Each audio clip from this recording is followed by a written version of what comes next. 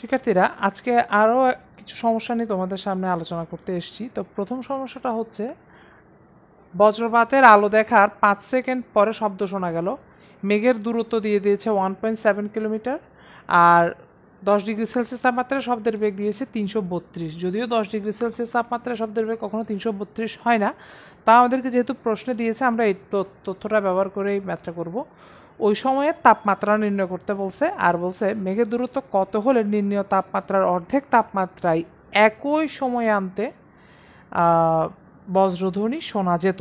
মেঘের দূরত্ব কত হলে এবং নির্ণীয় তাপমাত্রার অর্ধেক তাপমাত্রায়। তাহলে আমরা একটা একটা করে করি। গ নাম্বার প্রশ্নটা প্রথমে একটু সলভ করি। যে 5 সেকেন্ড পরে শব্দ শোনা গেছে, ঠিক আছে, মেঘের দূরত্ব দেওয়া আছে 17 কিলোমিটার, 1.7 কিলোমিটার। তাহলে এখানে মেঘের দূরত্ব যদি ডি হয়, ডি হচ্ছে আমার এখানে কত, 1.7 কিলোমিটার অথবা 1700 মিটার। শব্দের বেগ দেওয়া আছে 10 ডিগ্রি সেলসিয়াস, তাপমাত্রাটা দেওয়া আছে। আমার শেষ, যেহেতু নতুন তাপমাত্রায় শব্দের বেগ বের করতে হবে, আমি সে তাপমাত্রাটা কত যেহেতু জানি না, সেটা আমি অজানা দিয়ে রাখলাম। টি এর মান হচ্ছে 5 সেকেন্ড। কেন? বজ্রপাত হওয়ার পরে 5 সেকেন্ড পরে শব্দ আমাদের কানে এসে পৌঁছেছে। তাহলে এই ডি ইজ ইকুয়াল টু ভিটি সূত্রটা, ভি থিটা ইন্টু টি, মানে এটা সমবেগেরই একটা সূত্র, এস ইজ ইকুয়াল টু ভিটি থেকে এসছে। এই সূত্রটা আমরা ইউজ করে আমরা এখান থেকে ভি থিটাটা একটু বের করে নিই। V theta is equal two তাহলে কত দাঁড়াচ্ছে, ডি বাই টি, অর্থাৎ 1700 মিটারকে আমরা 5 সেকেন্ড দিয়ে ভাগ দিলাম। ঠিক আছে, উত্তরটা বের করব আমরা।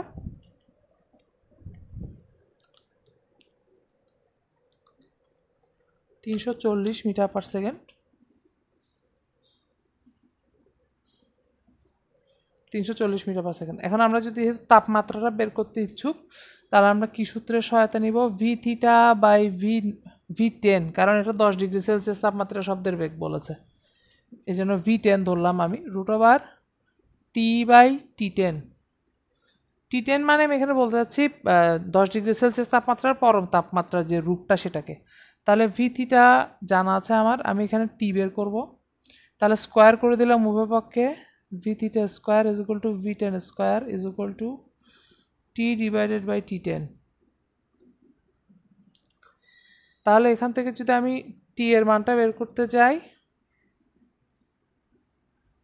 টি এর মানটা যদি বের করতে যাই তাহলে কি আসে, ভি থিটা স্কোয়ার মানে 340 স্কোয়ার ডিভাইডেড বাই 332 স্কোয়ার। টি10, টি10 মানে এই 210 ডিগ্রি সেলসিয়াসকে আমরা কেলভিনে নিয়ে যাব। 273 যোগ 10, তার মানে এটা হয়ে যাবে 283 কেলভিন। তাহলে টি10 এর জায়গায় চলে আসলো 283 কেলভিন। এখানে যদি হিসাবটা বসাই দিই,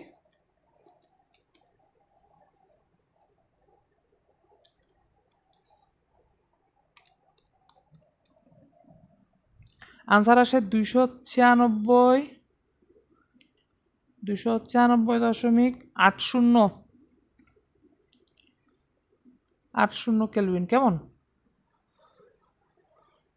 তাহলে ওই সময়ের তাপমাত্রা হচ্ছে 296.80 কেলভিন, অথবা এটা যদি আমি সেলসিয়াসে নিয়ে যাই,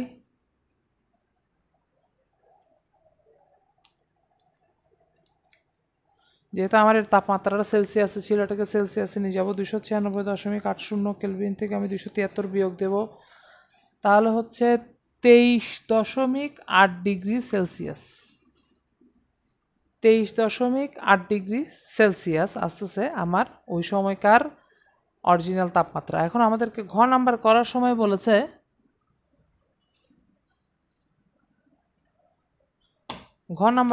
মেঘের দূরত্ব কত হলে নির্ণীয় তাপমাত্রার অর্ধেক তাপমাত্রায় একই সময়ে আনতে, মানে টি এর মানকে 5 সেকেন্ড ধরে এবং নির্ণীয় তাপমাত্রার অর্ধেক তাপমাত্রা, তখন তাপমাত্রা হচ্ছে টি, তখন আমি নতুন তাপমাত্রা ধরে নিলাম, সেটাকে টি থিটা ধরলাম, সেটা হলো এটার অর্ধেক তাপমাত্রা। অনেকে এটার কেলভিন রূপটাকে অর্ধেক ধরে করতে চাইতে পারো, একই নিয়মে করা যাবে, কোনো সমস্যা নেই। আমি এটাকে যেহেতু সেলসিয়াসে রেখেছি সেজন্য এটাকে সেলসিয়াসে রেখে করছি। 11.9 ডিগ্রি সেলসিয়াস। হ্যাঁ, তো 11.9 ডিগ্রি সেলসিয়াস তাপমাত্রায় একই সময়ান্তে বজ্রধ্বনি শোনা যেত, মেঘের দূরত্ব কত হতে হবে? এখন মেঘের দূরত্ব কত হওয়ার জন্য ডি ইজ ইকুয়াল টু যে ভিটি, আমার আগে ভিটা জানতে হবে, তারপর আমি ডিটা বের করতে পারবো। টি এর মান 5 সেকেন্ড, ঠিক আছে। তাহলে এই তাপমাত্রাটাকে আমি কেলভিনে নিয়ে যাই। 11.9 যোগ 273, 284.9 কেলভিন। আবার 10 ডিগ্রি সেলসিয়াস তাপমাত্রায় এটা হচ্ছে টি10, আর এটা হচ্ছে ভি10। তো টি10 আর ভি10 ধরে আমি বের করছি। ভি থিটা ডিভাইডেড বাই ভি10 is equal to root over T theta by টি10। তো আমার তো ভি থিটাটা এই হচ্ছে বের করা টার্গেট। তাহলে V theta is equal to root over T theta by টি10 ইন্টু ভি10। টি থিটার মান কত? টি থিটার মান হচ্ছে 284.9, আর টি10 এর মান কত? টি10 এর মান দাঁড়াচ্ছে 300, টি10 এর মান হচ্ছে 283। এটাকে ভাগ করে রুট করলাম, যা আনসার আসে 284.9 ডিভাইডেড বাই 283, যেটা আসলে সেটাকে রুট করব 1.033 আসে। সেটাকে এবার ভি10 এর মান মানে 332 দিয়ে গুণ করব, অর্থাৎ আনসার আসছে 333.11 মিটার পার সেকেন্ড। এবার এই মানটা এখানে বসায় দাও, 333.11 মিটার পার সেকেন্ডকে 5 সেকেন্ড দিয়ে গুণ করে দাও। এটা আলাদা একটা হিসাব।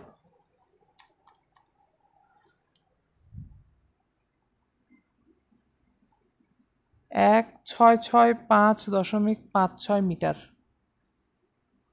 বা 1.66 কিলোমিটার হয়। উত্তরটা 1.66 কিলোমিটার হয় বা 1.665 মিটার হয়। ঠিক আছে, এটা একটা সমাধান গেল। তো যাদের যেটা প্রয়োজন সেই অংশটা স্ক্রিনশট তুলে নাও।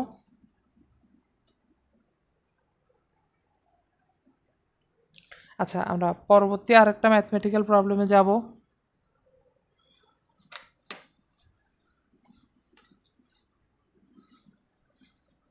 এই ম্যাথমেটিক্যাল প্রবলেমটা সবাইকে খুব মনোযোগ দিয়ে একটু শুনতে হবে।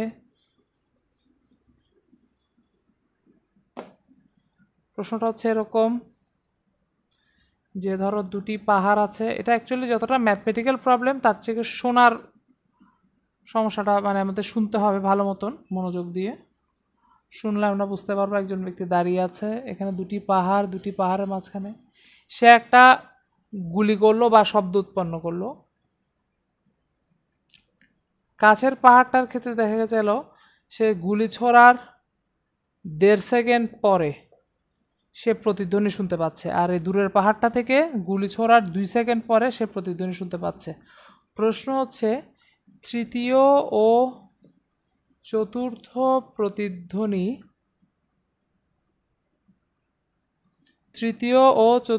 প্রতিধ্বনি সে শুনতে পাবে কিনা, বা শুনলে কতক্ষণ সময় পরে শুনতে পাবে, সে কি শুনতে পাবে। আচ্ছা, এই জায়গাটায় আমি একটু ব্যাখ্যা করি, তৃতীয় চতুর্থ প্রতিধ্বনির ব্যাপারটা আমি একটু ব্যাখ্যা করছি। স্যার খুব ভালো করে লক্ষ্য করো, এখান থেকে শব্দটা গিয়ে প্রথম প্রতিধ্বনি সে শুনছে, সে 1.5 সেকেন্ড পরে। ঠিক আছে, আমি একটা ঘড়ি আঁকি, ঘড়ি এঁকে বোঝানোর চেষ্টা করি। ধরো এটা হচ্ছে 0 কাটা, এটা হচ্ছে 1.5, এটা হচ্ছে 2, এটা ধরলাম 3, এটা ধরো 3.5, এটা 4, এটা 4.5, এরকম কিছু টাইমিং এখানে সেকেন্ডে, এগুলো সব সেকেন্ডে দেওয়া আছে। তার লক্ষ্য করো প্রথম প্রতিধ্বনিটা শুনতে পেয়েছে সে যখন 1.5 সেকেন্ড। এবার দ্বিতীয় প্রতিধ্বনি, ধরো এখানে একটা 2.5 আছে, দ্বিতীয় প্রতিধ্বনি সে শুনতে পাবে 2 সেকেন্ড পরে। দ্বিতীয় প্রতিধ্বনি তার কানে এসে পৌঁছাবে 2 সেকেন্ড পরে। কিন্তু ঘটনাটা হচ্ছে এরকম শব্দ কিন্তু একটা মাধ্যমে বাড়ি খেয়ে আসার পরে শুধুমাত্র তার কানে এসে পৌঁছায়, সে থেমে থাকবে না। এ পাশ থেকে যে শব্দটা এসেছিল, অর্থাৎ এটার এ পাহাড়ের নাম দিলাম এ পাহাড়, এটা দিলাম বি পাহাড়। এ পাহাড় থেকে বি পাহাড় থেকে প্রতিফলিত হয়ে যে শব্দটা আসছিল সেটা আবার এদিকে রওনা দিবে, এই এ পাহাড়ের দিকে রওনা দিবে। আর এ পাহাড় থেকে প্রতিফলিত হয়ে যে শব্দটা এসেছিল সেটা বি পাহাড়ের দিকে রওনা দিবে। তারা কিন্তু থেমে থাকবে না, এটা কিন্তু মাথায় রাখতে হবে আমাদের। তাহলে 0 সেকেন্ড থেকে শুরু করে প্রথম প্রতিধ্বনি শুনলাম 1.5 সেকেন্ড পরে, দ্বিতীয় প্রতিধ্বনি শুনলাম 2 সেকেন্ড পরে। এবার আসি তৃতীয় প্রতিধ্বনি শোনার সময়।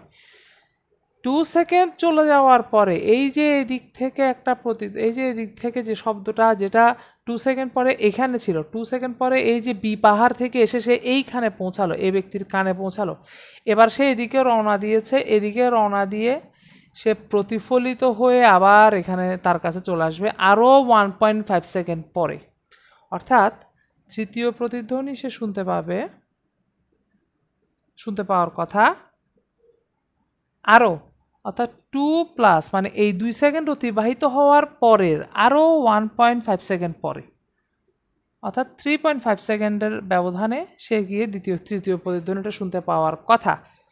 অর্থাৎ 2 সেকেন্ড পার হয়ে যাওয়ার পরে। কিন্তু তার আগে লক্ষ্য করো 1.5 সেকেন্ড এই যে পাশ থেকে যে প্রতিধ্বনিটা এসছিল সেটাও কি বসেছিল? সেটাও কিন্তু এখানে 1.5 সেকেন্ড পার হওয়ার সাথে সাথে সে কিন্তু এদিকে রওনা দিয়ে দিয়েছে বি পাহাড়ের দিকে, এবং বি পাহাড় থেকে সে প্রতিফলিত হয়ে আরও 2 সেকেন্ড পরে সে কিন্তু এখানে তার কানে এসে পৌঁছে যাবে। আরও 2 সেকেন্ড পরে সে কিন্তু তার কানে এসে পৌঁছে যাবে। তার মানে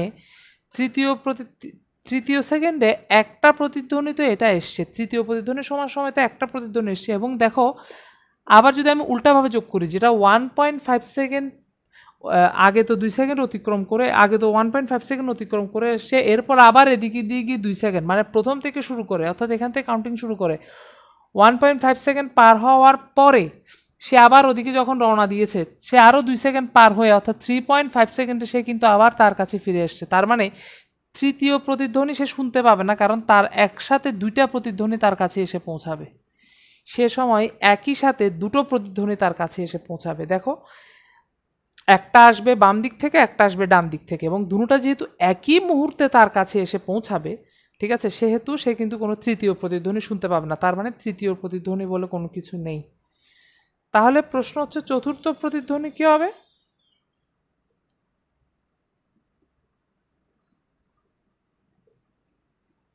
ওই একইভাবে সময় শুরু হওয়ার 3.5 সেকেন্ড পরে যে প্রতিধ্বনিটা এসে পৌঁছেছিল সেটা এই পাশে যাবে, এ পাশ থেকে ঘুরে আবার আসবে। তার মানে এর আরও এই দুটোর মধ্যে সবচেয়ে ছোট কোনটা? এই দুটোর মধ্যে সবচেয়ে ছোট হচ্ছে এটা 1.5টা, ঠিক আছে।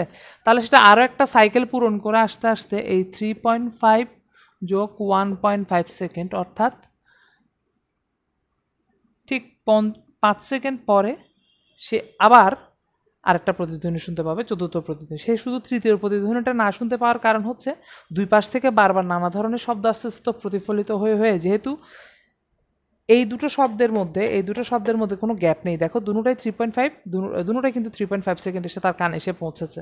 সেজন্য সে সময় কোনো শব্দ শুনতে পাবে না, তৃতীয় প্রতিধ্বনি বলে কোনো কিছু থাকবে না। তাহলে চতুর্থ যে প্রতিধ্বনি সেটা সে শুনতে পাবে ওই 3.5 সেকেন্ডের আরও 1.5 সেকেন্ড পরে, অর্থাৎ 1.5 সেকেন্ড পরে। তুমি বলতে পারো স্যার এখানে 2 যোগ করি না কেন? কারণ 2 আর 1.5-এর মধ্যে সবচেয়ে শর্টেস্ট প্রতিধ্বনি শোনার সময়টা হচ্ছে 1.5 সেকেন্ড, কারণ সবচেয়ে ক্লোজেস্ট দূরত্বটা থেকেই চতুর্থ প্রতিধ্বনিটা আসবে। সেজন্যই আমি 1.5 সেকেন্ডটা যোগ করেই বের করেছি, এখানে 2 যোগ করার কোনো অপশন নেই।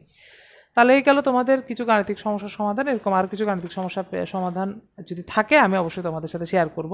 Thank you all.